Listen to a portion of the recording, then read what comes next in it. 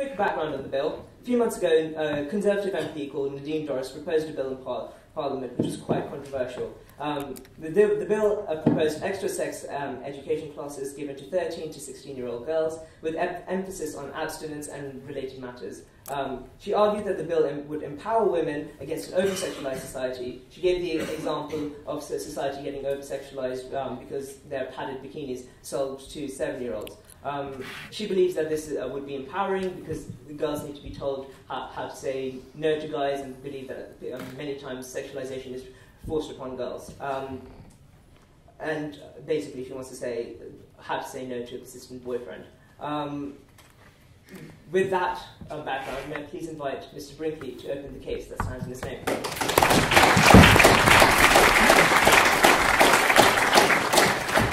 Everyone hear me?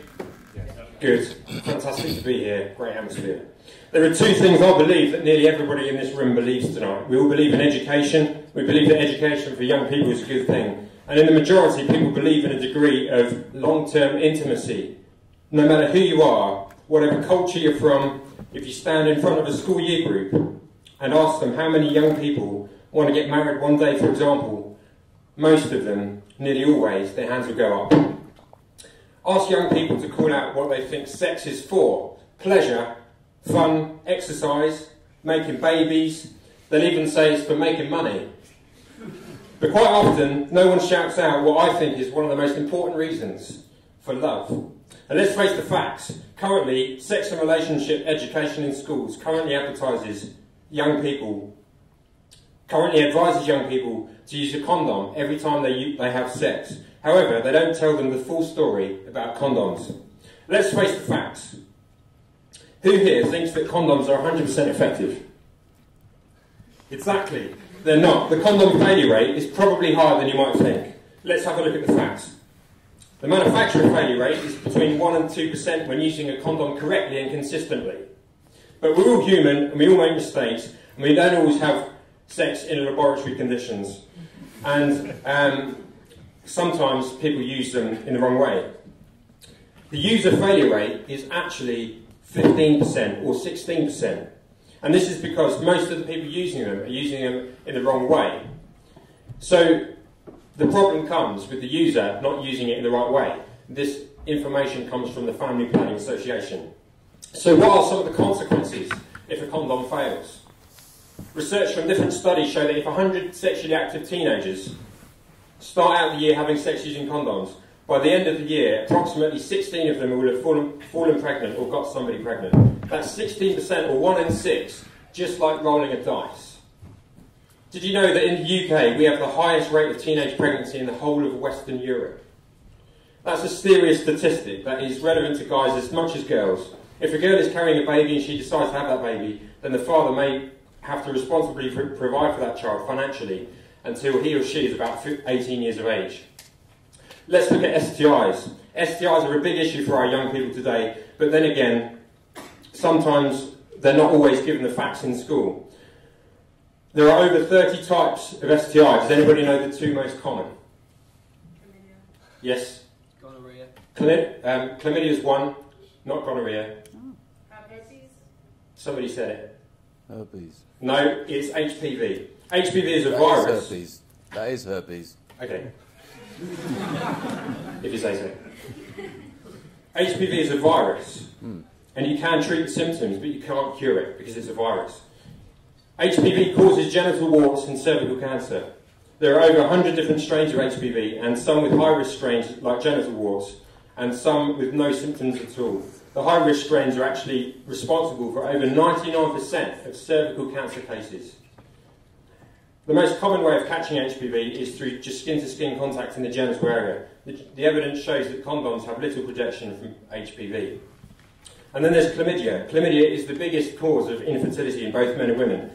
It's thought that the risk of infertility goes up by 25% every time you catch it.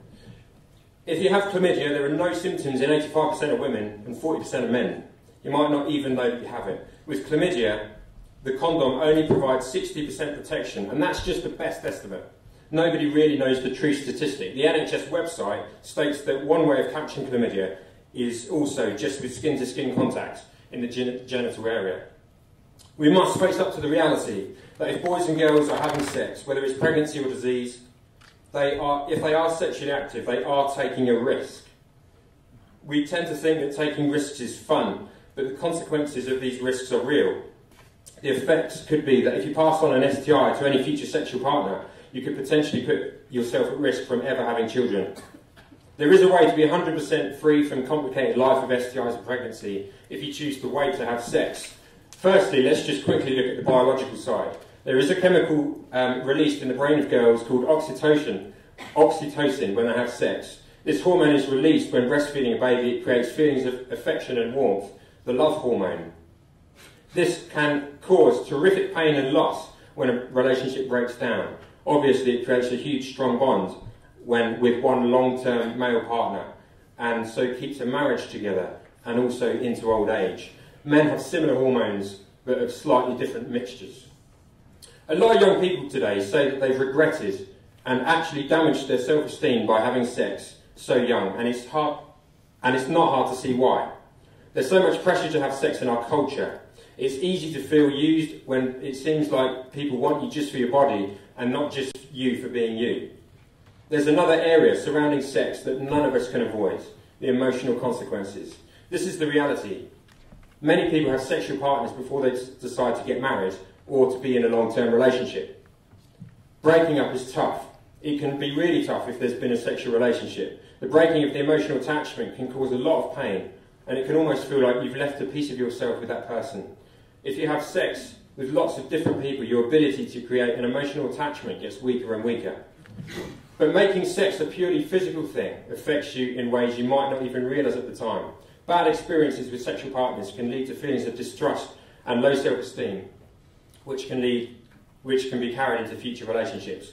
Sex cannot create love. It's an expression of love that's already there. Love is built on friendship, good communication, integrity, honesty, respect and trust. These qualities need to be built up before a sexual relationship develops, as sex becomes the focus instead of friendship. Good sex is built on good communication, not technique.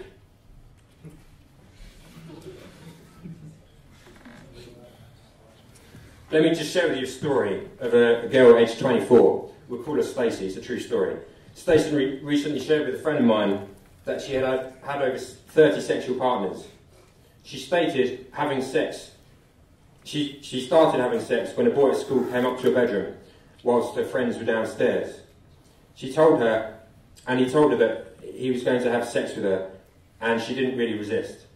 She complied, not willingly, but she didn't scream or run off. She was 13 and had not even started her period. Since then, she has had one abortion. She's a damaged person today.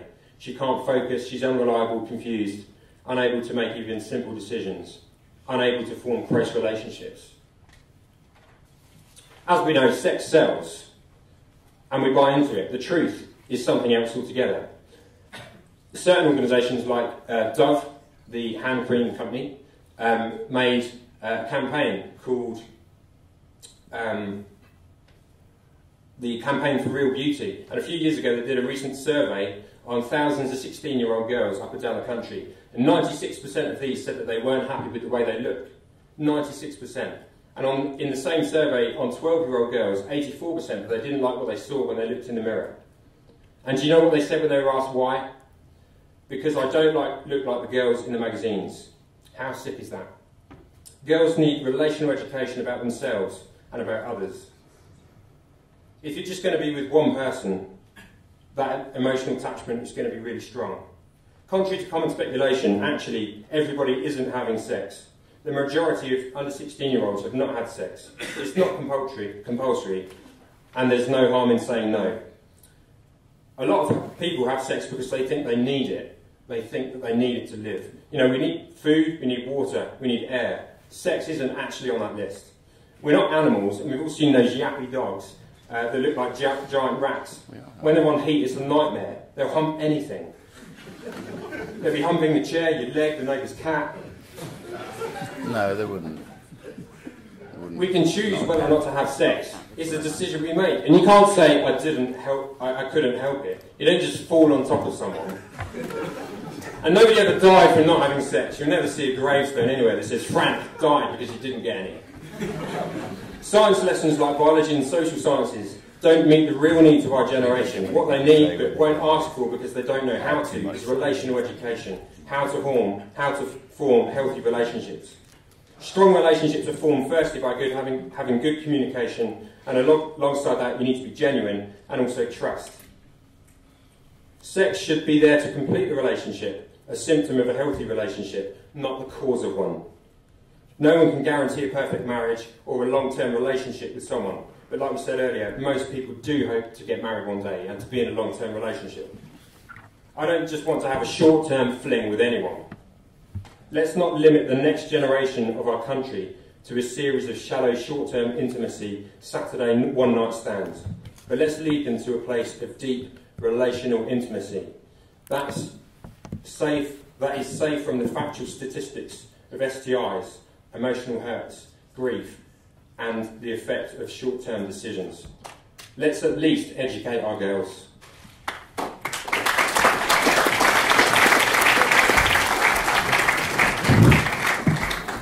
I'd like to thank the proposition speaker for his fine speech, and I'd like to invite Mr. Bryant to open the case for opposition.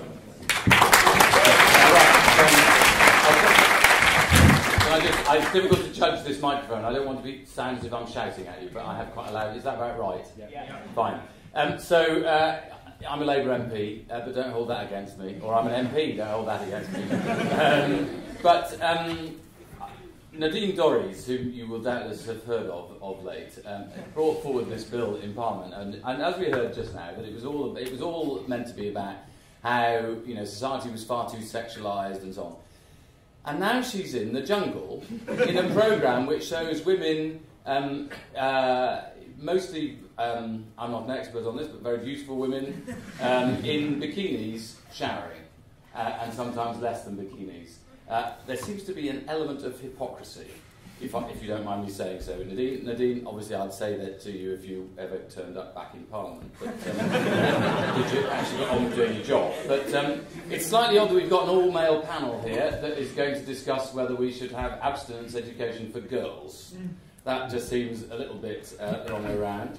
I completely agree with the comment that was just said that that I think we all, or the vast majority of us, hope to get married. As it happens, I'm a little bit gay. I thought I'd break it to you slowly. In fact, I'm actually completely gay. Though the Daily Mail did call me an ex-gay vicar once. That is because I used to be a vicar, but the gay thing is still going on. In fact, I'm a practicing homosexual. I'm getting quite good at it.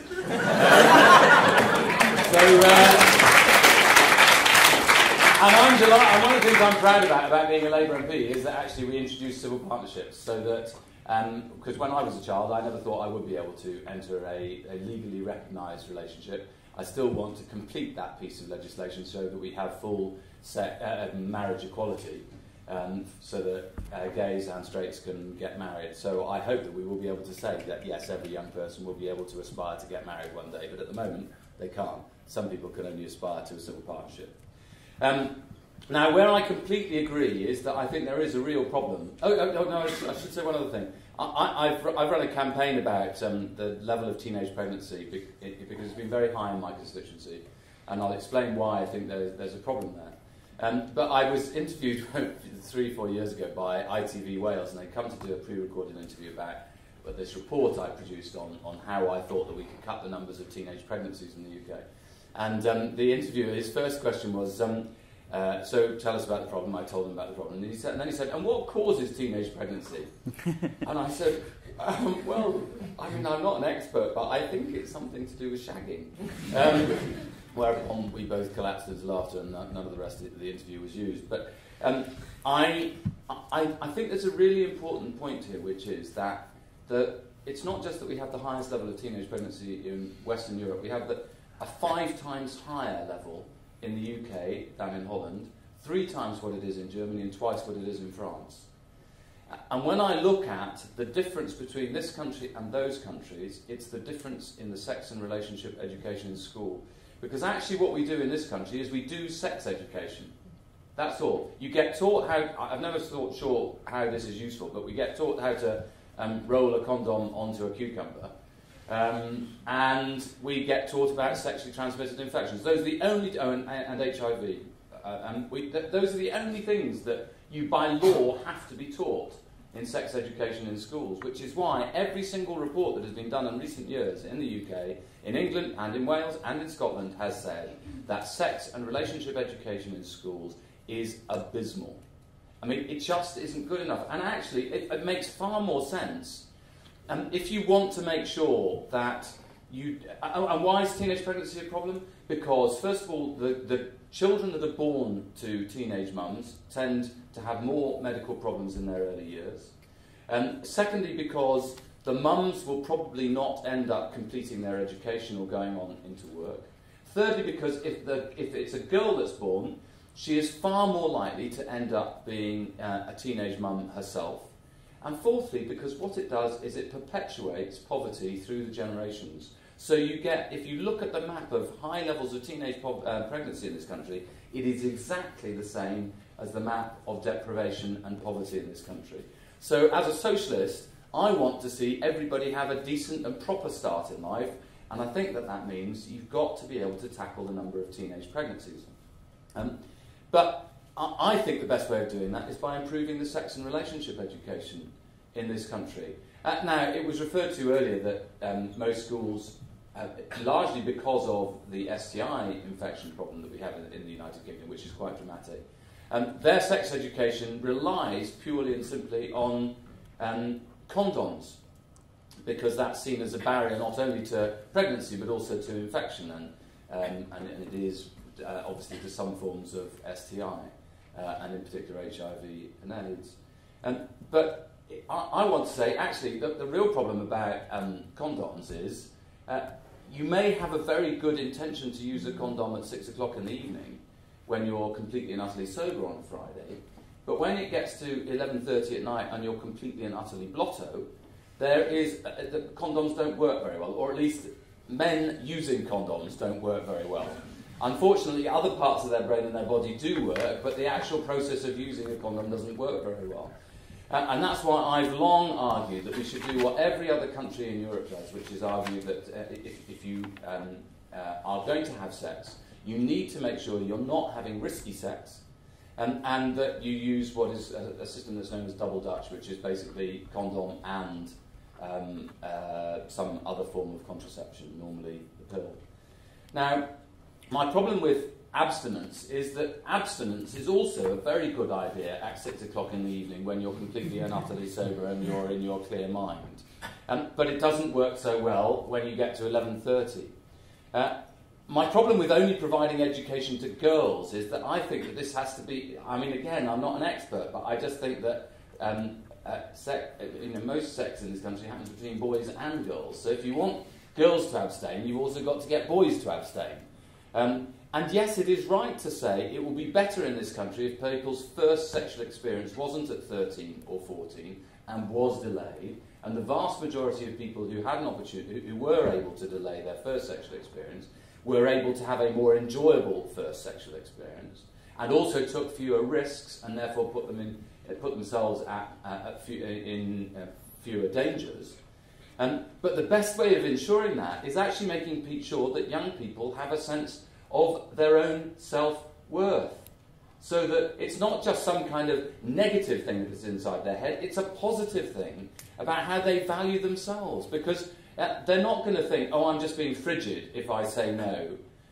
It's just that's the decision that I choose to make because I'm worth more than that. Because one of the biggest problems in many parts of this country, in particular for some girls, is that they're not getting on very well at school, they're not getting on very well at home. They think that a baby will be the best way of having somebody who will love them unconditionally and give them a sense of worth.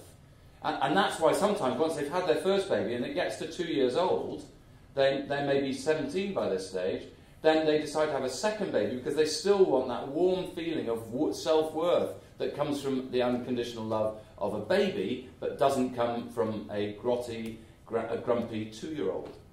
So I want to say that the most important thing that we need to do is to have really good sex and relationship education, which puts sex in the wider context. It isn't just about the mechanics of having sex, which, to all intents and purposes, is a sort of advert for sex.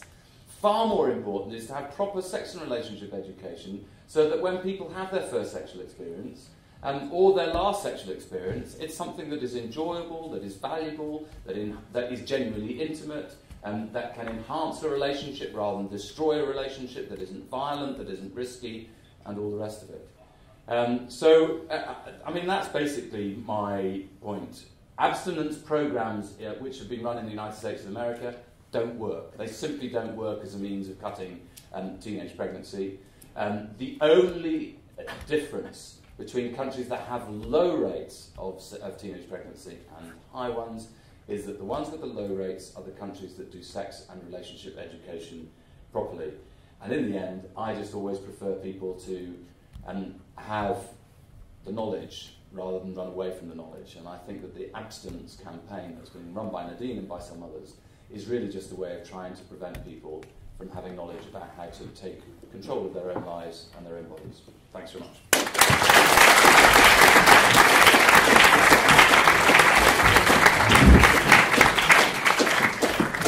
I'd like to thank the opposition speaker for his fine speech. I'd like to call upon Derek Bennett now to continue the case for Proposition Bench.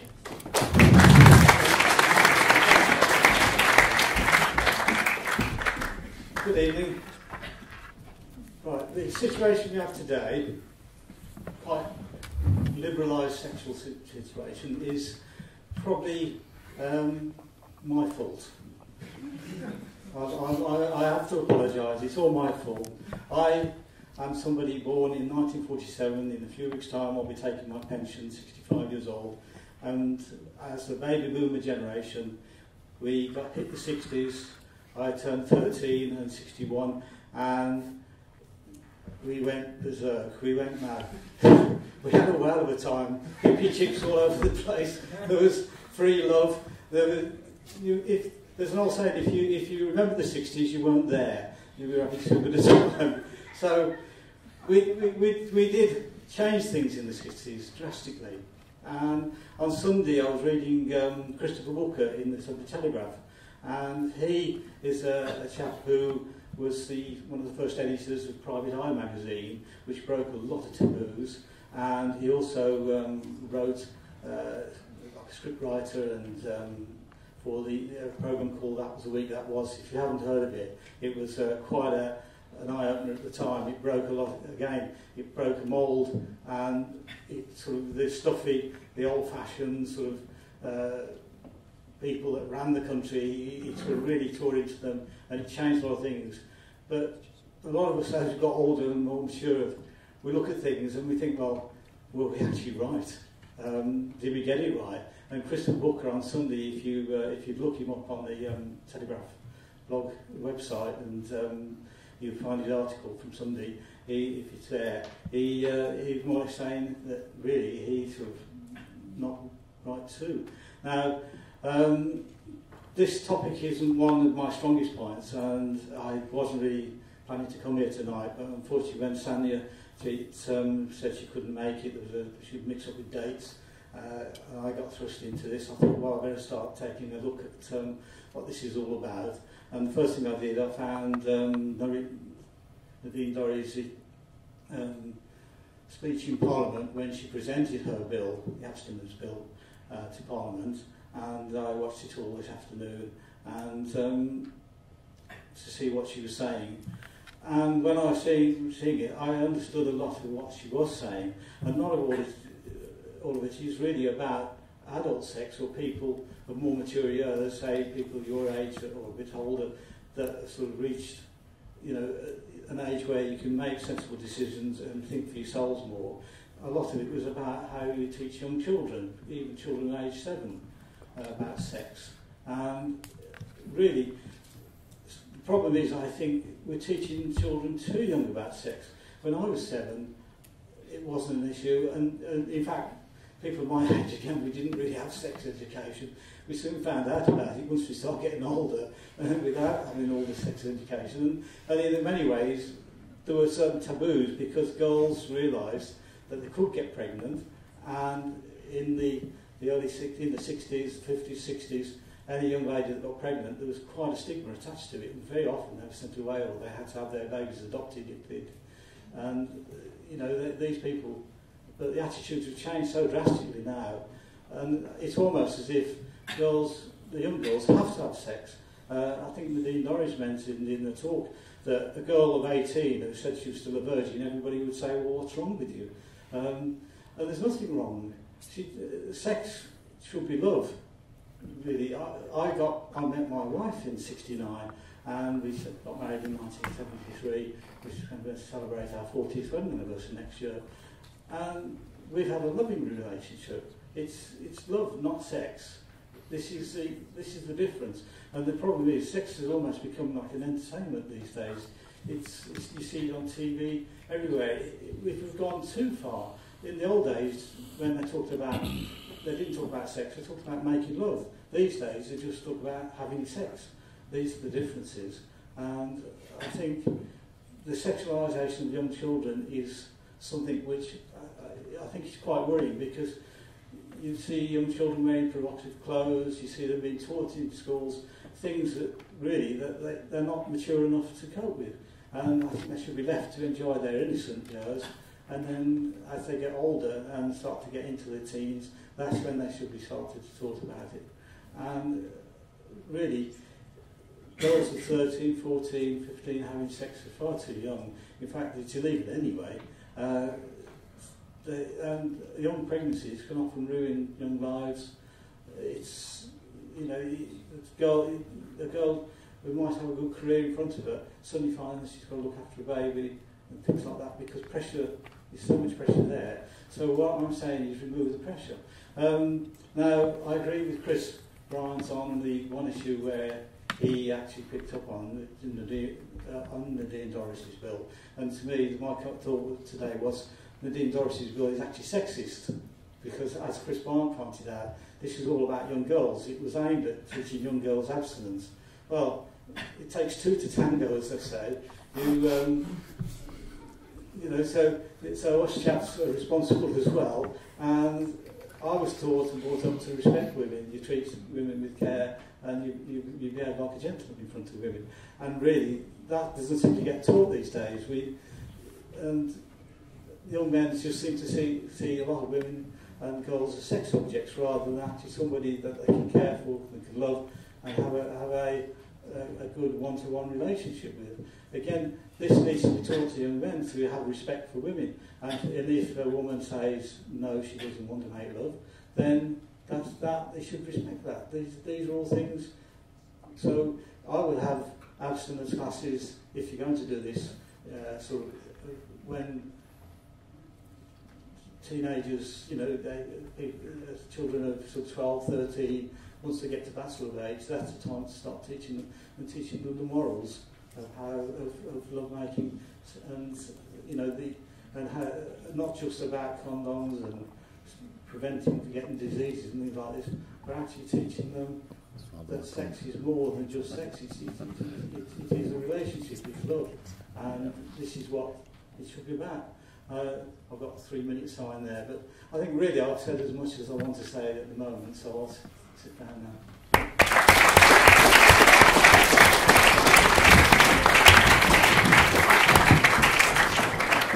I'd like to thank the opposition speaker for his fine speech, and I'd like to invite the opposition summary speaker, Mr. Copson, to summarise the case for opposition.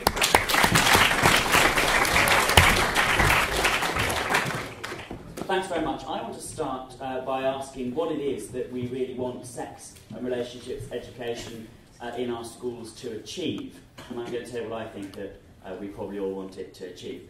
We want it to achieve young people and later adults who are psychologically and physically healthy young people, people who have happy sex lives when they're ready for that, people who have the sort of sex lives that contribute to their overall fulfilment. They have fun having sex, they get pleasure out of it, and it's part of an important part of their flourishing in this life when they're ready to have sex or contact in the genital area.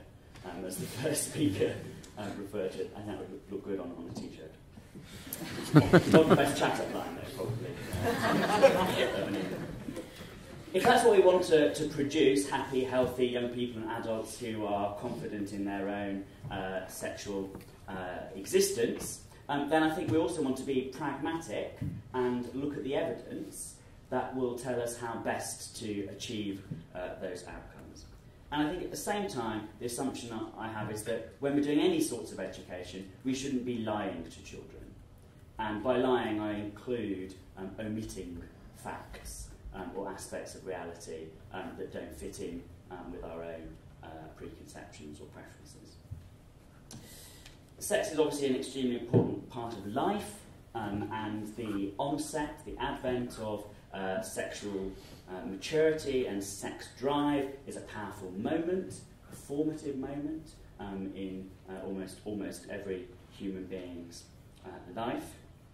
And there are strong natural urges that compel us at that time to start thinking about sex, to start wanting to have it. 12 or 13 is far too late to be educating children about the facts of puberty, of sexual maturity, and of the onset of those sorts of feelings. Puberty shouldn't come as a shock, right?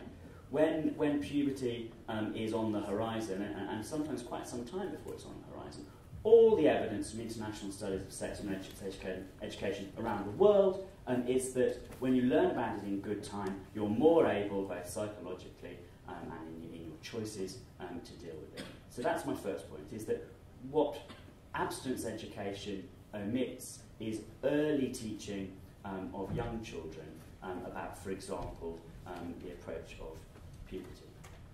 Abstinence education, by the way, although it has not been successfully promoted in Britain, has been successfully promoted in some parts of the United States. And it might be worth just digressing briefly to set out what it is. Abstinence education is telling children and young people, don't have sex until you're married. And it's telling them that really quite late on in their young lives, so that they don't even think of it any earlier than that. And it's mainly in the United States that this is done. So the first thing I want to say is that it's important to have honest and frank education about sex and relationships quite early in schooling, at the late stage of primary schooling. The second thing I want to say is that when we have sex and relationships education in schools, it's the positive qualities of human relationships that should be stressed. The importance of trust, the importance of commitment, the importance of respect for yourself and respect for other people. All those things. That's what is important to stress in sex and relationship education in schools. Not the idea that there is one sort of specific relationship, which is the one within which you should have sex, namely marriage, which abstinence education holds out typically as the ideal state, but that what's important is trust, respect, commitment, the situation that can exist between two people, whether they're married or not. That sort of education for young children takes hold much more realistically. It forms much more an obvious part of the moral and emotional landscape that they themselves are navigating at that time than some held out, far off prospect of marriage that may, of course, never even happen to them anyway. And beyond that, I think there's no harm in letting young people know that having sex for pleasure, having sex with a series of people to whom one is not married, however long the relationships that are entailed by that may be, that there's nothing wrong with that. It's a true fact that some people's sex lives are like that, and their general lives are no less fulfilled because of that, and I think that it shouldn't be concealed from young people either. I agree entirely that there is an over-sexualisation and an over-commodification of the body in our culture. And whenever I see the worst offender in this regard, which is the Daily Mail, whenever you see the Daily Mail and a picture of some underage girl with the caption beneath that usually says something like looking older than her 15 years. That's their dog whistle for this is an underage girl, how exciting. It is obviously an appalling thing, and it's a negative aspect of our culture. But you don't deal with over-sexualisation and the commodification of the body by pretending that sex doesn't exist. And this is really the main flaw with abstinence education. It ignores reality. Abstinence educators, and I think we have to use inverted commas in this phrase, abstinence educators ignore the reality of the situation. Young people who receive abstinence education in the United States, it's been demonstrated again and again, do not abstain from sex. They still have sex because guess what, when human beings get to a certain age, and they don't just have to be drunk at 11:30 at night, they can just be going through those natural changes and want to have sex in the way that I described earlier. They do it. They do it. But if they've had abstinence education rather than comprehensive sex and relationships education, they do it unsafely. They're far more likely to have unwanted pregnancies. They're far more likely to contract sexually transmitted infections because they either don't know about contraception or are too afraid or guilty to get their hands on it, so to speak. They don't ask for help because they don't trust people. They suffer psychologically from guilt. And in America, in a study that was conducted amongst young people who'd suffered abstinence education in their schooling, they say things like, kids have two lives. You go about essentially leading a double life where you're, everyone at school, everyone in your family saying don't have sex, and you're going, no, I won't have sex, definitely. And at the same time, you're having all sorts of unsafe sex and feeling pretty guilty about it on the side. This is very vividly demonstrated when you look at how more likely people who pledge virginity and wear silver rings are to have sexually transmitted infections than people who don't. And it's almost twice as likely that they are to have that. Abstinence education makes people's lives worse. It diminishes the quality of their relationships. It makes them more likely to have life-destroying sexually transmitted infections. It makes them more likely to have unwanted pregnancies, which they then have to deal with in whichever way they choose to do so. On the other hand, comprehensive sex and relationship education that teaches young people from the end of primary school about things like relationships, boundaries, friendship and puberty, that teaches them as they go through the secondary school ages about different sorts of sex, about things like masturbation, about things like gay sex as well. Of course, obviously some proportion of young people will be curious about that, has a very high rate of success against all the indicators that I mentioned at the beginning. It means that you're less likely to have an unwanted pregnancy. Since it introduced universal comprehensive sex education, the Netherlands has gone from being in the position we now occupy, having the highest rate of teenage pregnancy in Europe, to having the lowest. It means that people choose to have sex at a much later point than they otherwise choose to do. And that's true in all the jurisdictions where there's comprehensive sex education, that is measured. So if you have comprehensive sex education rather than abstinence education, your first sexual experience is much later, at a much later age than otherwise. And as I've said, there's much less risk of infection and psychological damage than if you've been taught that this thing is basically dirty and wrong, and also the most beautiful thing in the world that you can only share with the love of your life, which is a strange cognitive dissonance to hold in your head in itself. If you're taught that, then of course you feel guilty and shameful and unprepared and unprotected as you go about what should be one of the most important and fulfilling aspects of human existence. Preemptive applause, I love it. That's the timekeeping, isn't it? Let's come to the end, okay, fine. Well then, I'll withdraw that.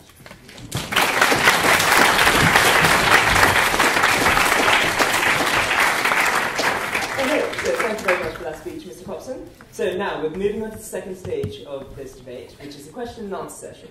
A couple of things to note. Please direct your questions at me, and I'll forward them onto the speaker. So don't direct them at a particular speaker. Just generically ask the question about the topic you'd like to discuss, and that will be forwarded on to the speakers. Also, final thing to say is please be respectful in your questioning. So Each of the speakers here has travelled from very far away to come here and knows what they're talking about. So please respect them and respect their various opinions. Okay, questions? Hands up. Yes? I want to ask, having in mind the fact that in most cultures, if you look 100 years ago and before that, the appropriate age for sex was probably something like 13 or 14, people were getting married, having children. What are the thoughts of the speakers about that, and about actually, isn't this the right age biologically for humans to have their first sexual encounters? Okay, so I would forward that on to the opposition first, and then we will move on to the proposition. So who would like to take it first in the opposition? Mr. Bryant, would you like to take it first? Not really. No. He's telling me to say something about the age of consent. Look, I mean, in Spain, the age of consent, I think, is 13 or 12. But the age of consent means a different thing, and it's true that Henry VIII was, betrothed at the age of 8 or something. I can't remember. I wasn't around. You probably were around. But I think that humanity's changed in many different ways. In the old days, 200 years ago, a marriage was not going to last more than 4 or 5 years because so many women died in childbirth. And people died much younger, and the length of your life was younger. So, to be honest, I think that it's a bit of a red herring that now. I think that actually the majority of a child under the age of 16 is still a child, and I think that there is a lot of evidence to show that those who delay their first sexual experience until after the age of 16 and later end up having a more fulfilling sexual life and a more fulfilling emotional life, and have a greater self-confidence about them and so on. So I think it's a red herring. Okay, anyone in proposition would like to talk about that? About age of consent? Yeah. Well, on the basis of what you've said, I presume you could also say, well, we ought to have young lads going up chimneys, sweeping chimneys age 7 and so on, because we had things like that. That's a UKIP policy, years ago.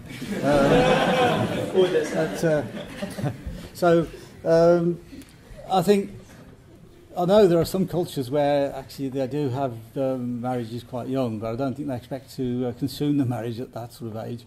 But I think really it is far too young, and we've become, I think, a much more, we've improved society, got rid of a lot of things that were wrong, like sending young people out to work and in factories and things like that. And I think this is the same in many ways. 16 probably is a more sensible age of consent than, say, 12 or 13. Okay, a question on the blog, which I thought was quite interesting, and I'll direct this, saying that we aren't addressing the fact that this bill advocates abstinence as in addition to normal sex education. So is there a inherent harm in also adding on top of this sex education we have to teach girls specifically abstinence? Well, Yes. I mean, the problem is that, as Chris pointed out, we don't actually have very good sex education at the moment in this country. I mean, for example, we don't really have the same sort of education about relationships that you see in a really successful sex and relationships education curriculum like in Holland. So the problem is that this abstinence education on top of what's already there would be something really, really bad on top of something that's basically indifferent. That wasn't meant to sound sexual. Everything I say is now sounding sexual to me. Only in your head. Only in your head. Only to me. Okay, well that's all right then. Okay, well I'll come back to that. No, but abstinence. Okay, so and besides, everyone knows that anyone who proposes abstinence education as a supplement to something else really only wants to do that in order that they can introduce it as the only thing in the future, which is how it happened in many parts of the United States of America as well. Supplementary abstinence education leads inevitably to the idea that abstinence education should be the only education that's provided. Now, your more general question about whether or not it should be a feature of sex relationship education that some people decide to wait until they're married before they have sex, of course it should be, because that is what some people will do, and some people in the classroom will grow up to have that be what they do. But the idea that you want to prescribe that this is the ideal state is what's wrong. Okay, proposition, would you like to take that? Is there is there any sort of tangible harm to having abstinence as a constitutive part of sex education? Mr. Brinkley, you talked about, you've obviously worked with youth workers. You're a youth worker, you work with youth on this, so would you like to address that? I would say that... can you just repeat the question?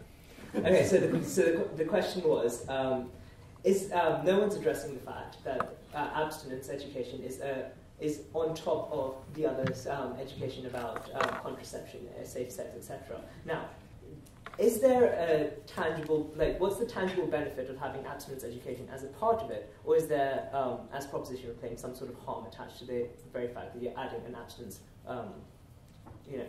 area to it? I would say that a healthy form of abstinence education is where we are effectively teaching young people about, obviously, the biological,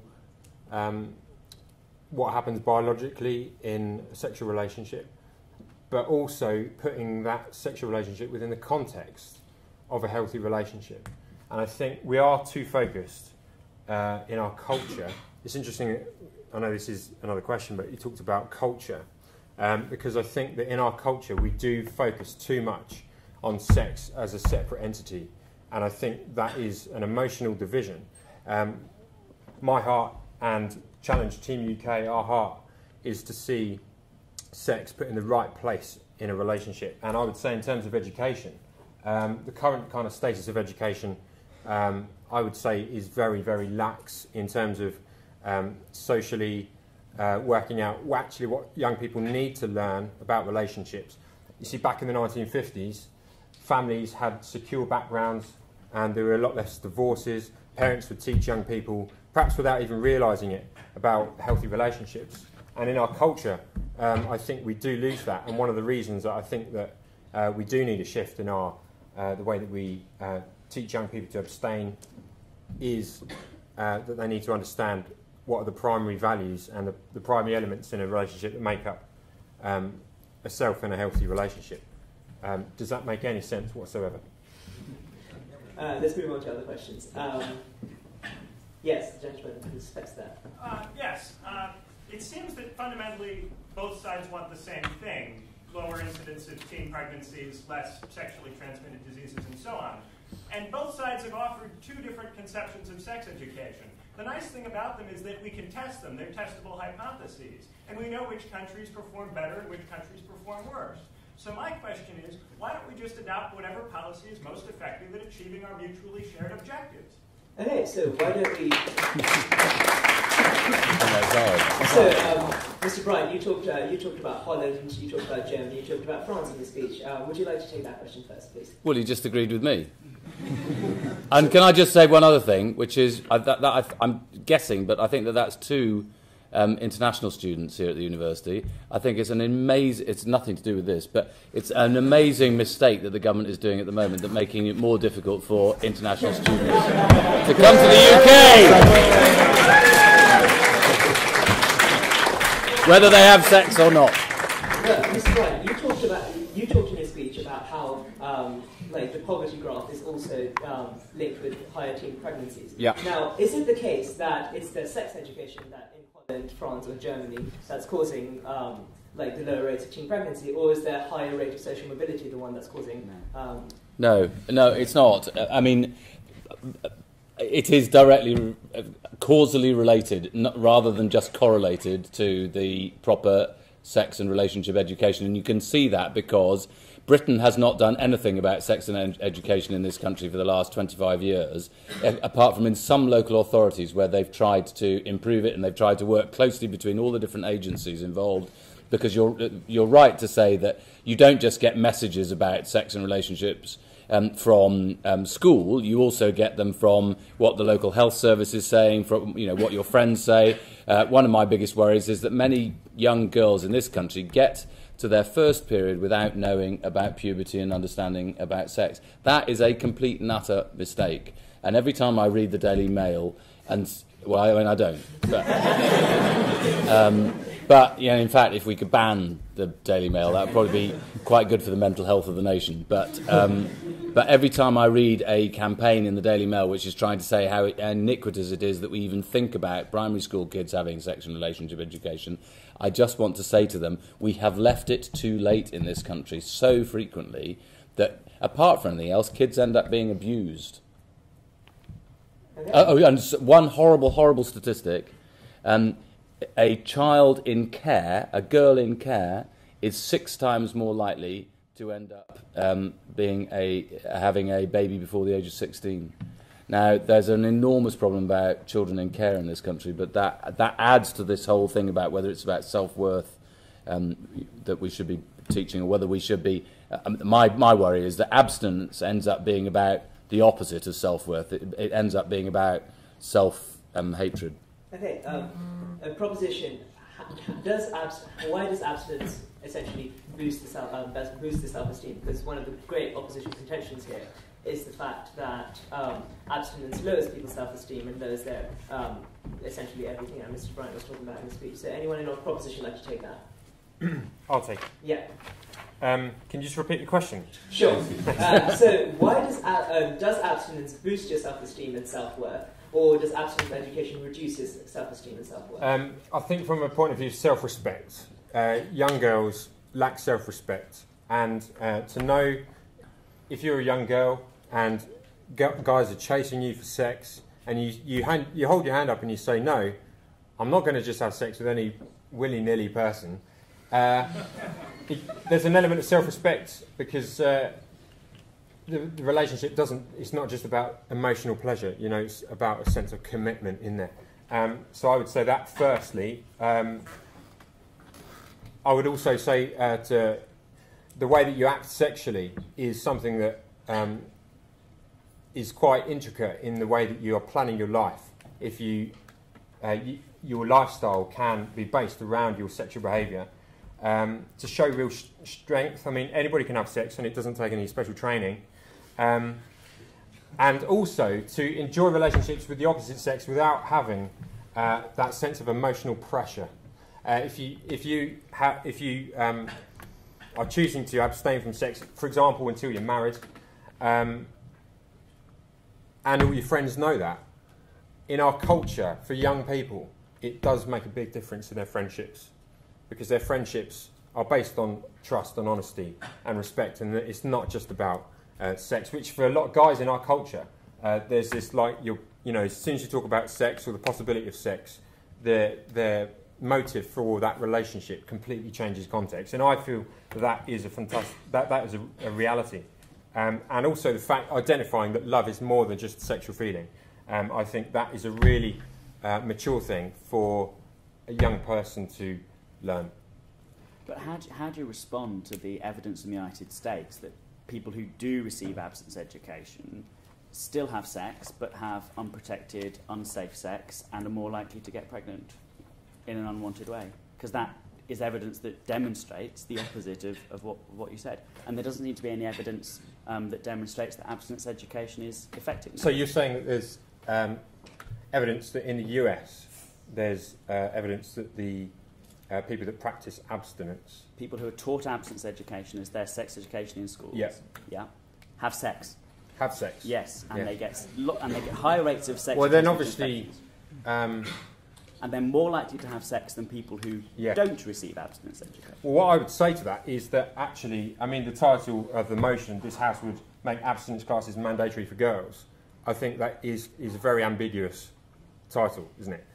Because not to the criticism of the people, but I think our definition over what is abstinence education is very important. In your speech, you said that real abstinence education is life-destroying, and that some other negative things as well. And I can completely understand how I go back to, in my head I have this analogy that governments look at the way that people are acting sexually, especially amongst young people in the country, and statistically they'll say, how can we get teen pregnancies down? Let's dish out loads of condoms. And the reality is, if you go home tonight and your house is flooded, There's two ways you can deal with that issue. One of them is you can pick up a bucket and you can get the bucket and you can chuck the water into the hedge. And the other way you can deal with it is to go and check the taps and turn the taps off. And what I'm saying is, I know it's funny, but the reality is we need to get to the root of the problem. The root of the problem in certain abstinence education in the US is perhaps that it's not effective education. And but you see, I think you're really on our side of the argument, is the truth, if I'm honest, because abstinence education it comes with a capital A, capital E. I mean, it is a thing, it exists. It is what is taught in America. This is what Nadine is wanting to do. And it is about saying to people, you should never have sex until you get married. And what that does is, as has already been described, it means it doesn't work because people do end up having sex. Yeah. And consequently, because they've not had any of the rest of the education, they end up doing it more riskily. They feel very ashamed about it. They never tell anybody else about it, and all the rest of it. So it ends up being counterproductive to what I think you want to achieve. Well, I would say that what is real intimacy? I see real intimacy as something that you don't partake in sexual relationship until you are in that fully committed relationship. So, for example, if for the people here, if you're going to get married one day, you know, for those of you that are virgin, which I expect none of you are, but you never know. I'm a virgin. Imagine, for example, if you get to your wedding night and you say, "Honey, it's fantastic, you know, here," and you know, I just want you to know that I've been practicing a lot for this moment, and I've tried out all the techniques. And I've been masturbating a lot, and it's, you know, helping me work out how I can give the best technique. And the reality is, the reason that is a crazy thing that everybody laughs at, and I would laugh at it myself if I was in your position, is the fact that it is not to do with practice or anything like that. It's just to do with, I feel that real abstinence education that's effective does work. But I think I describe that as something emotional, not necessarily something that's just physical. And perhaps I think if you want to help young people delay their first sexual experience and actually help them abstain if that's what they want to do, you are more likely to do it by what we're advocating than by what you're advocating. But okay, maybe you want to the next question now, because the argument seems to be slightly circular right now. Okay, someone from the right hand side. Yes, the curly head gentleman. What did he say? So, I mean, what I think is interesting about this debate, which hasn't really come up too much, is that, like, boys and girls might need different things out of sex education. So, I mean, I think this is fairly plausible. For example, like, boys might need to be taught respect in the bedroom, or, like, be taught how to, like, break down lad culture in their lives, whereas girls might need to be, like, presented with a justification to be abstinent in a society which constantly tries to sexualise them, and teach them, for example, like, how to say no when they get into situations where they want to say no and they're not ready for sex. And given that, I've got two questions. So firstly, do the panel think that sex ed should be split on gender lines at all? And secondly, given that perhaps, like, abstinence is more relevant for girls in order to be able to justify a stance of not being ready, possibly until they're ready when they can decide that they're not abstinent anymore, which is certainly possible, should they be presented with abstinence as part of that option? Well, Mr. Bryant, you groaned, so... No, I growled. No, rubbish, utter rubbish. Because I mean to be more respectful, but I just disagree with you profoundly. Because I think that, for a start, we've not brought the whole kind of gay malarkey into it, but some people are not going to be having sex with people from a different gender. They're going to end up having sex with, and part of sexual and relationship education should be enabling people to be able to make the right decision about their own future and understanding of themselves and all the rest of it without shame and so on. Incidentally, abstinence education, of course, if in the States, does not allow for anything to do with homosexuality, full stop.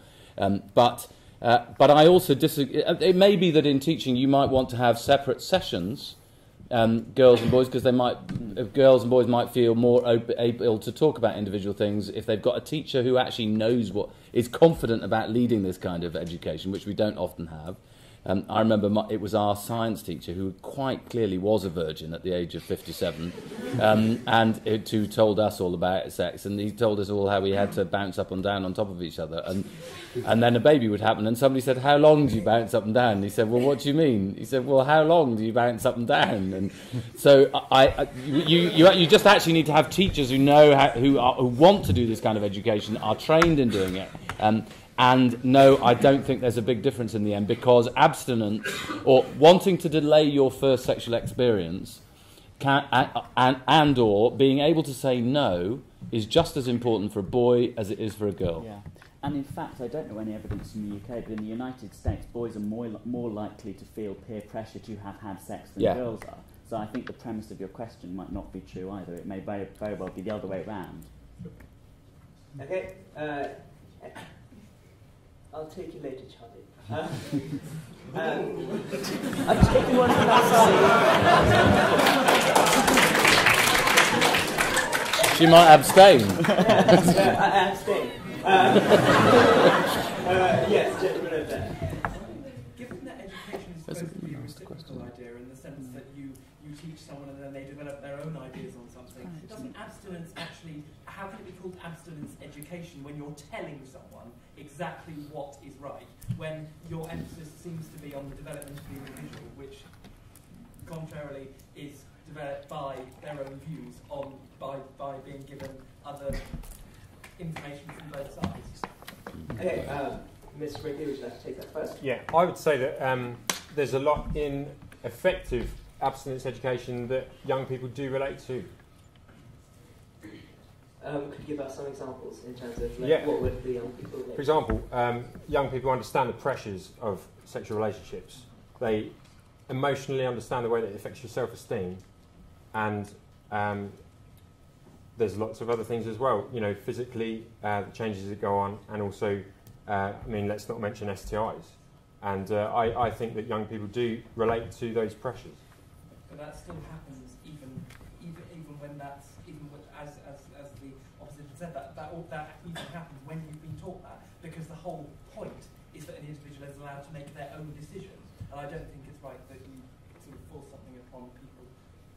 Well, I would say that you, in effect, you could say then that you could be taught anything in life, but it's really what you listen to, isn't it?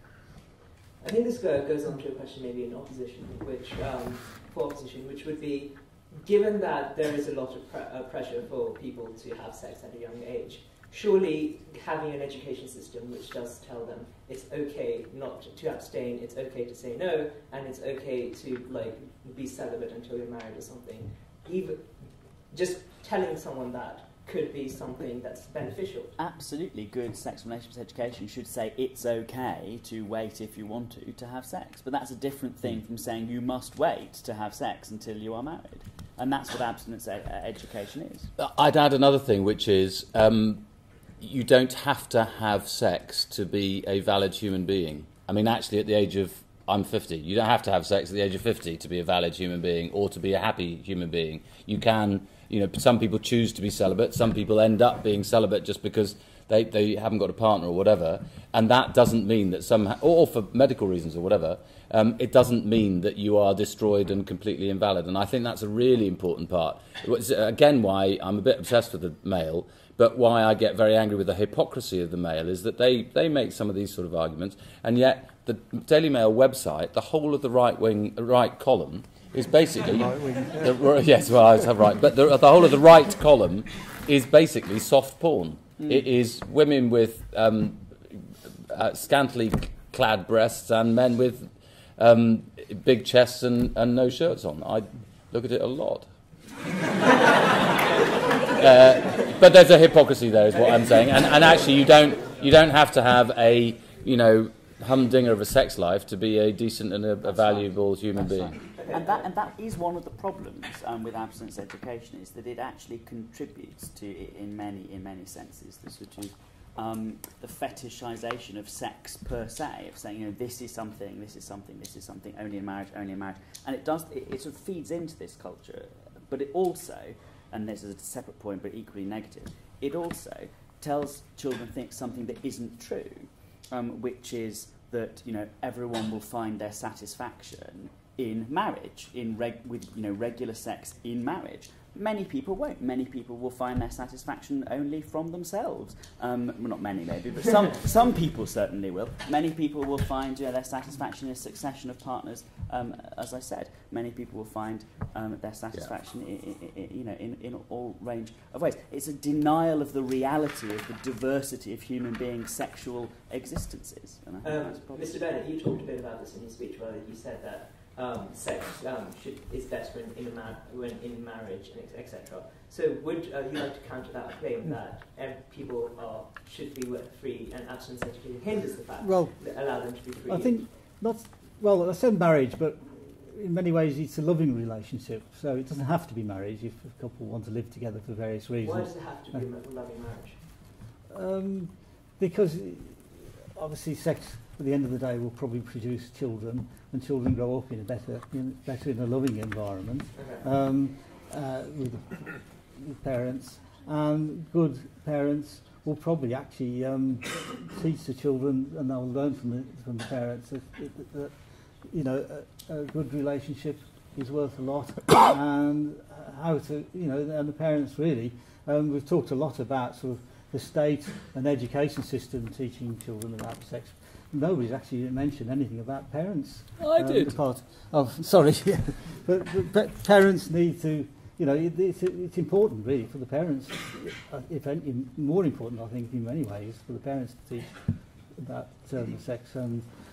But it can be very, very embarrassing. Yes, and actually that's not true. I mean, for example, the studies in Europe have shown that the more your primary source of information about sex is your school rather than your parents, the less risky your sexual behaviours are likely to be, and the longer you're put off having sex. So actually having the information from school produces much better outcomes than having the information. What's the causation? Actually, I would disagree. I understand that there's a correlation, but you haven't explained to me what the causation is for why are parents necessarily worse than the school kids. I don't say they're necessarily worse, but they're certainly not necessarily experts, and they're certainly not necessarily the people that children. Well, some people, of course, very much want to do exactly what their parents tell them and believe their parents completely and follow just the sort of behaviours that their parents have set down for them. But many young people don't. Many young people want to do quite the opposite of what their parents tell them. I think I would disagree in many ways, because I was actually my parents were quite unusual at the time. They were very liberal parents, very liberated, and my dad was very much into photography and had books of nude women and photos at home and things like that, which I would have access to as a child, and my parents didn't bother. And I grew up in a loving family household, which, and I think I didn't sort of, obviously a young man, you're a bit red-blooded and you do want to go out and sort of have relationships, but at the end of the day, I think I grew up in a fairly stable way, and I've had a very long, happy marriage. No need to go out with loads of partners and things like that. And I think these days people are more liberated than they were, sort of back in the 50s and 60s. And I think parents, are quite capable of teaching their children, what's going to come about. It's from a 2001 study in the Lancet that looked at various different sources of information. So, I mean, although one may have a good relationship with one's parents, nonetheless, what I've said is true. Okay, order from the audience. If you want to talk, can you please put your hand up? Right, the gentleman is back there. Right, basically what this does, right, is it just says that because it makes abstinence education compulsory, it doesn't make like any other type of education about sexual behaviour compulsory. It basically says that the government endorses this type of behaviour because they think everyone should be taught it because it's mandatory. Isn't that just fundamentally wrong for the government to choose a particular type of sexual behaviour, whatever that may be, and say this is the right way to go, you must all be taught about that? Isn't that just fundamentally wrong? Mr. Brinkley, is government too prescriptive? I would say that there's two ideal models you could look at. One is you could describe what the government is doing is perfect, and then you could say, well, the education that the government is providing you know, there's this, in your kind of tone, there's kind of a sense of injustice with that, because obviously, what about all the other people that don't adhere to that way of behaviour? And then the other model is, what is healthy abstinence education look like? It kind of goes back to what we were talking about before. I would say, to be honest, I don't know what I would say. I think that when we talk about abstinence education, there's a lot of people kind of perhaps saying that when we do abstinence education, we tell people the way to behave. I don't really believe wholeheartedly in that. The only thing you can do as human beings is you can recommend something. But Mr. Brinkley, you did say in your speech that there is what, like, you should be in a loving relationship, and that's why you should have sex, or you should be in a particular type of relationship. Yeah. Now, if those are the views of people teaching abstinence, then aren't they essentially prescriptive of one way of having sex, etc., which is what Mr. Copson was saying? Yeah, when we do a challenge team presentation, we will present what we foresee for the majority of people to be a healthy method of going about a relationship and planning for a safe relationship. Now, call it mainstream, whether it's needed by young people or not. I would say that on the majority of cases it is. That the reality is that when we have abstinence education that's actually effective for young people, what we're saying is we're giving them the tools to live their own lives and to build up trust, honesty and respect in their personal lives. And how can you be giving them like a balanced set of tools if you're saying like this is, if you're giving them like this mandatory thing that like everyone's got to be taught about? George, so essentially the question does not change. Like, your question is still, if you're giving them one way of, so if you're giving them one way of, this is Challenge Team UK is going out there and saying, this is the way, like, a loving relationship, and this is the conditions in which sex is legitimate. Does that not alienate kids? I think as human beings, we've all got free will, and we present what we foresee to be the best way. Now, you don't have to do that. That's your choice. And that's why sex is an important thing. It's because it's something that you give away. And in some respects, you could just throw it back to the individual and say, well, it's your choice. Yeah, there's a comment there, which actually I think is directed at you on the blog, that says, what is the matter with girls having sex with any willy-nilly person? Isn't that some kind of there? If you're talking about personal choice, then is there a particular issue with people having sex with just anyone? Yes, I think that the problem with just having a short-term fling with anyone, as I put it in my presentation, is that we end up not having sex for personally committed relationships. Going back to the previous question as well, it relates to that about. I think it's a big thing about commitment. Why are you with somebody in your relationship?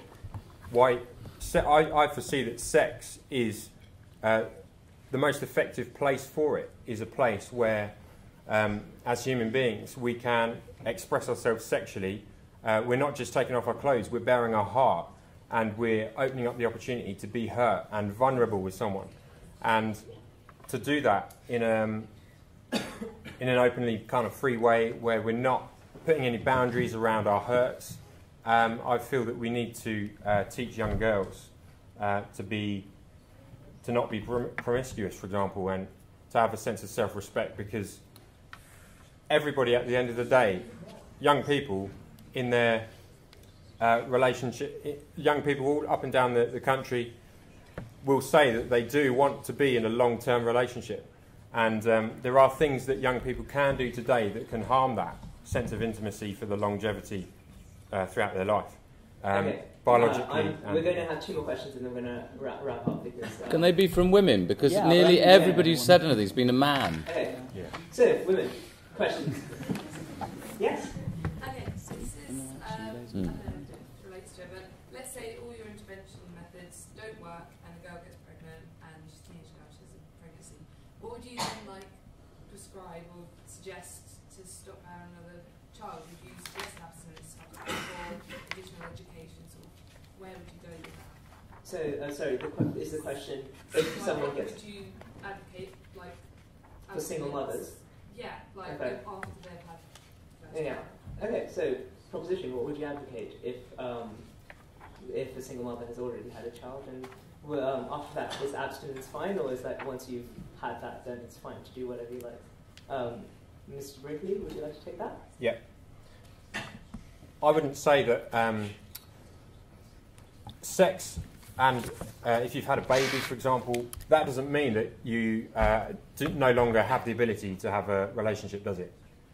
And from any standpoint in your life, I believe that there are relationships that you can still build up trust, honesty and respect, and things happen in the past, for example, and what we teach young people is that even if you've had sex, you can still practice abstinence because the sense of freedom that comes from things like your self-worth, your self-respect, and even though you feel that you might have done something for you that was wrong, you can still continue, and you can still choose to save sex for marriage and put the meaning back into why we're having sex. So I would say that you can. Okay. Yeah. Right, last question. Actually, I'll take someone there. Yes, the lady at the back. Seeing as you've identified that part of the problem is the over-sexualised culture, do you think that actually abstinence lessons would actually be effective? Because are people more influenced by culture and peer pressure and things than actually teachers in how they behave? Or do you hope that it would eventually lead to a changing culture? Yeah, in fact, this kind of, I know that this was probably aimed at proposition, but we'll scoot over to opposition there and we'll bring it back to proposition. Opposition. So culture, if culture is what creates this, you've talked about the over-sexualization of culture. How do we specifically break it down? Is it not is it to move away from, as Mr. Bryant said, to putting condoms on cucumbers, or why is it that, how do we break down this culture of sexualization of girls if it's not abstinence classes? Well, I don't want to be so sort of pompous and pious about all of this, really. I mean, I think sex it can be very good, it can be very bad. It's neither good nor bad. It's just, it's a fact. And it's without it, we wouldn't exist. There wouldn't be humanity, and there wouldn't be, and for many people, there wouldn't be the kind of intimacy that you can only really enjoy in some cases in a sexual relationship. So I'm a bit sceptical about this over-sexualisation of society. I think I dislike the hypocrisy that often there is when people who want to sell things on the back of sexualising somebody then rant on about how over-sexualised society is. It'd be quite nice to be able to buy some hair product without having to fancy the person on the television screen and so on. And sometimes, the things I really dislike is when you have 3-year-old kids who are dressed up and made to kiss for a photo for Christmas cards or things like that, because I think that just gets a bit tacky. And there's another piece of hypocrisy which really angers me. All the stuff that there's been about child abuse in recent weeks, and Jimmy Savile and all the rest of it, actually the vast majority of child abuse happens within the family. It's a family member, either nuclear family member or an extended family member or a friend of the family who is far more likely to be an abuser than a stranger. So I think sometimes we get all of these kind of things the wrong way around. Could I just answer the other lady who asked a question there? Because I think there are things you can do, but what you shouldn't do... Incidentally, the vast majority of teenage mums live with their parents. Some still have an ongoing relationship with the father of the child, and if that is possible, that is obviously desirable, but it may not be possible for all sorts of different reasons. The worst thing to do, or there's two worst things to do. One is just to dump them in a council flat, probably in a pretty scummy area of town, and not give them any kind of support, because then they almost certainly will have a second child, and the child will grow up, and those two children will grow up with problems.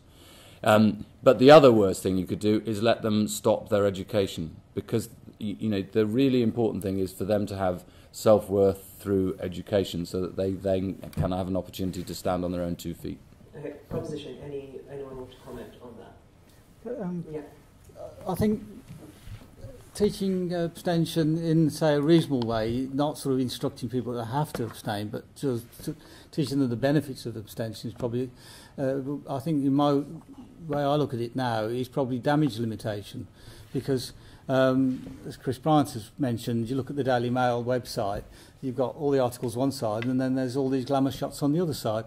Maybe people like Chris Bryant could start looking from Parliament and legislation from Parliament how we can start to sort of desexualise maybe the advertising of products and try and bring back standards to where they were maybe some years ago, because you didn't have this sort of blatant sexuality on everything these days.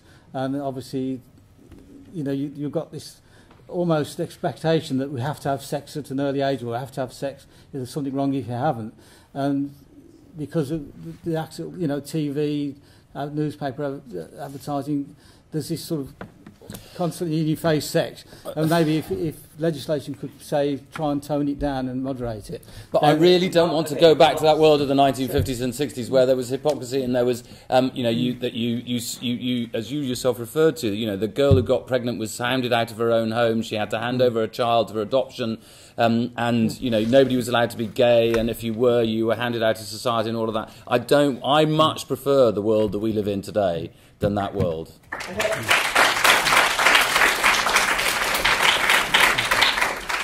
With that, I'd like to invite to speakers to finishing comments. So 2 minutes maximum. May I please invite, in reverse order, Mr. Copson to sum up the case for opposition. You've got to say more.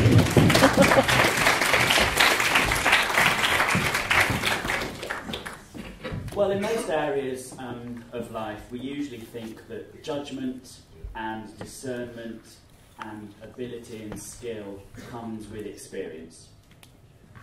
And I don't see why sex and relationships should really be any different.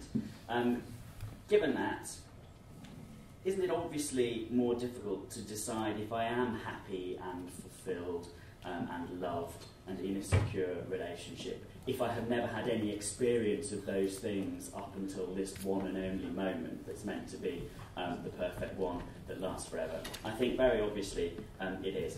I think that education has to deal with reality. Young people are very, very, very, very, very likely to have sex. What we need to do is to give them the information, the knowledge, and the resources, the skills, to do it safely, to make informed choices, to do so in the way that will enhance their life, not diminish its quality.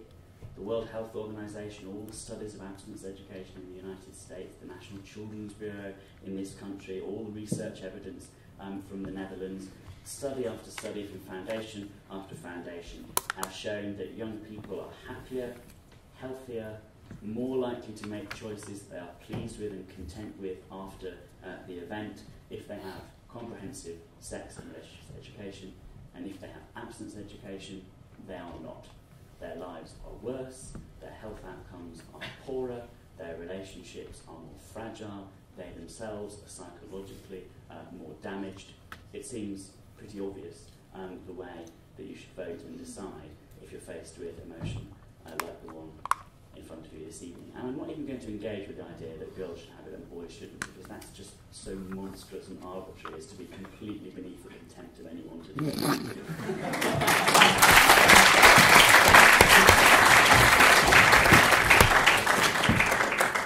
Mr. Bennett, would you like to sum up the proposition?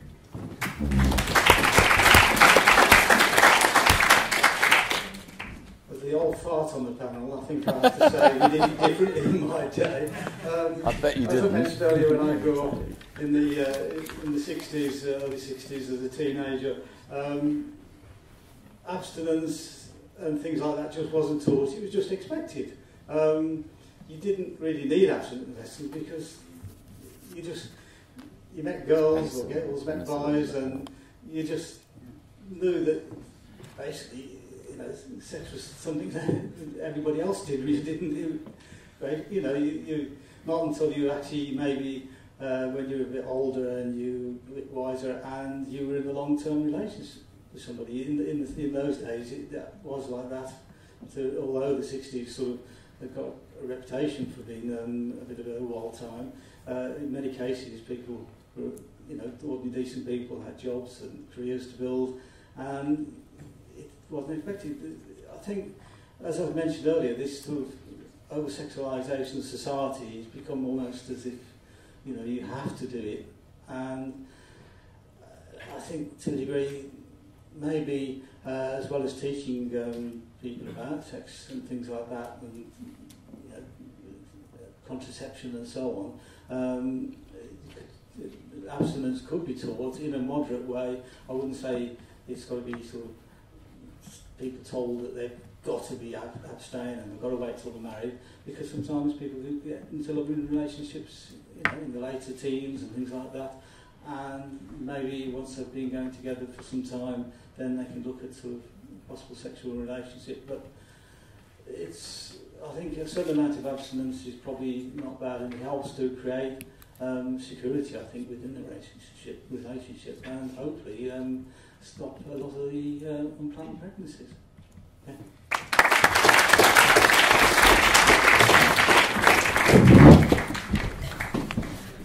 Mr. Bryant, may I please invite you to sum up the case for opposition?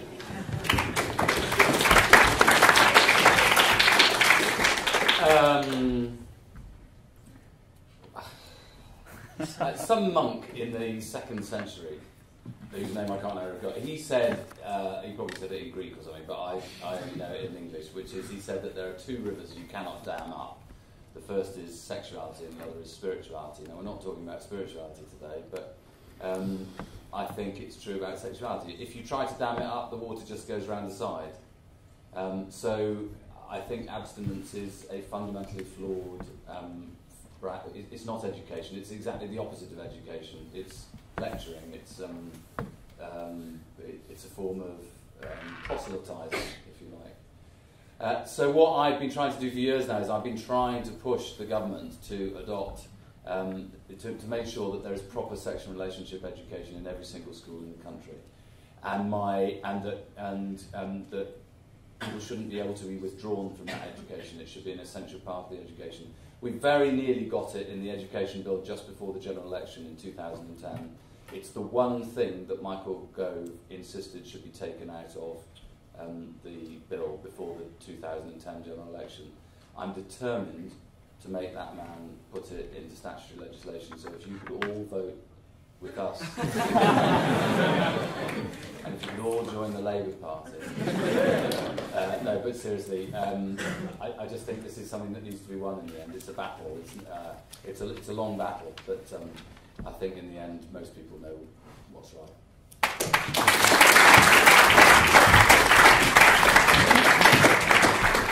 Well, there you go, Tom. There's an endorsement from Mr. Bryant. Okay, finally, may I please invite Mr. Brinkley to sum up the case for proposition.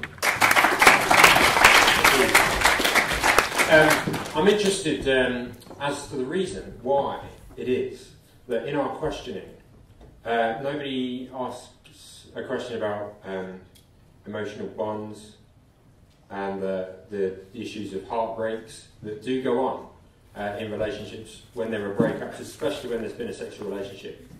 And also that nobody mentioned anything about the statistics about human papillomavirus and chlamydia, and about some of the factual statistics as well of what really is going on with our young people. I work with young people every day, and I see young people, and I know the heartbreak that can go on in relationships, especially when there's been a sexual relationship, especially when there's children involved and things like that. I do believe that I disagree that the current state of abstinence education in our country is really what our young people need to live a wholesome, fulfilled life. But I would also say that we need to redefine what abstinence education is. Abstinence education is, I think, I do agree in some respects with the opposition that, yes, some abstinence education is just like, don't have sex, forget about it, don't think of a black cat. We need to redefine the fact that effective abstinence education goes alongside with the idea that we're not just stopping people from being who they are sexually, but what we're doing is giving young people the understanding of a framework that in their relationships, in a sexual sense, that they are doing it in the best way, in the most intimate way, and the most meaningful way where there's trust and honesty. And the majority of young people in our schools are not taught that. So I would say go for it, vote for me and for him.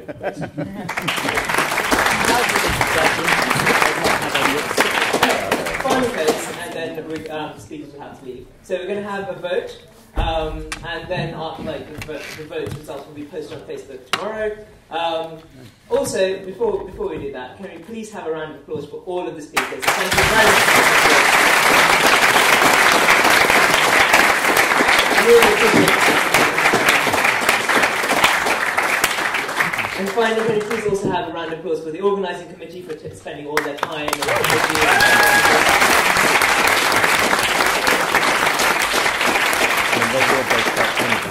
and also Brinkley Challenge for sponsoring this event. They're a fantastic law firm, and you should all apply there. Can we please have a vote? If you vote proposition, can you please put up your hand now?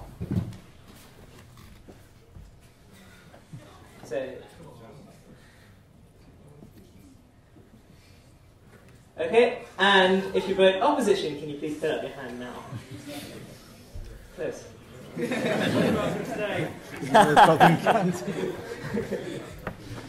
And they're all joining the party. All our votes are the same. Keep your hands up.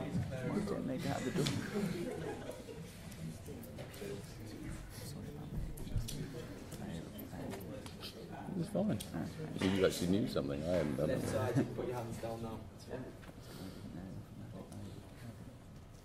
Okay, I think the motion has been defeated. Thank you very much for attending today. And look out for our next debate. The next two debates is, firstly, this House would ban animal testing, and after that, this House would cut harder and deeper.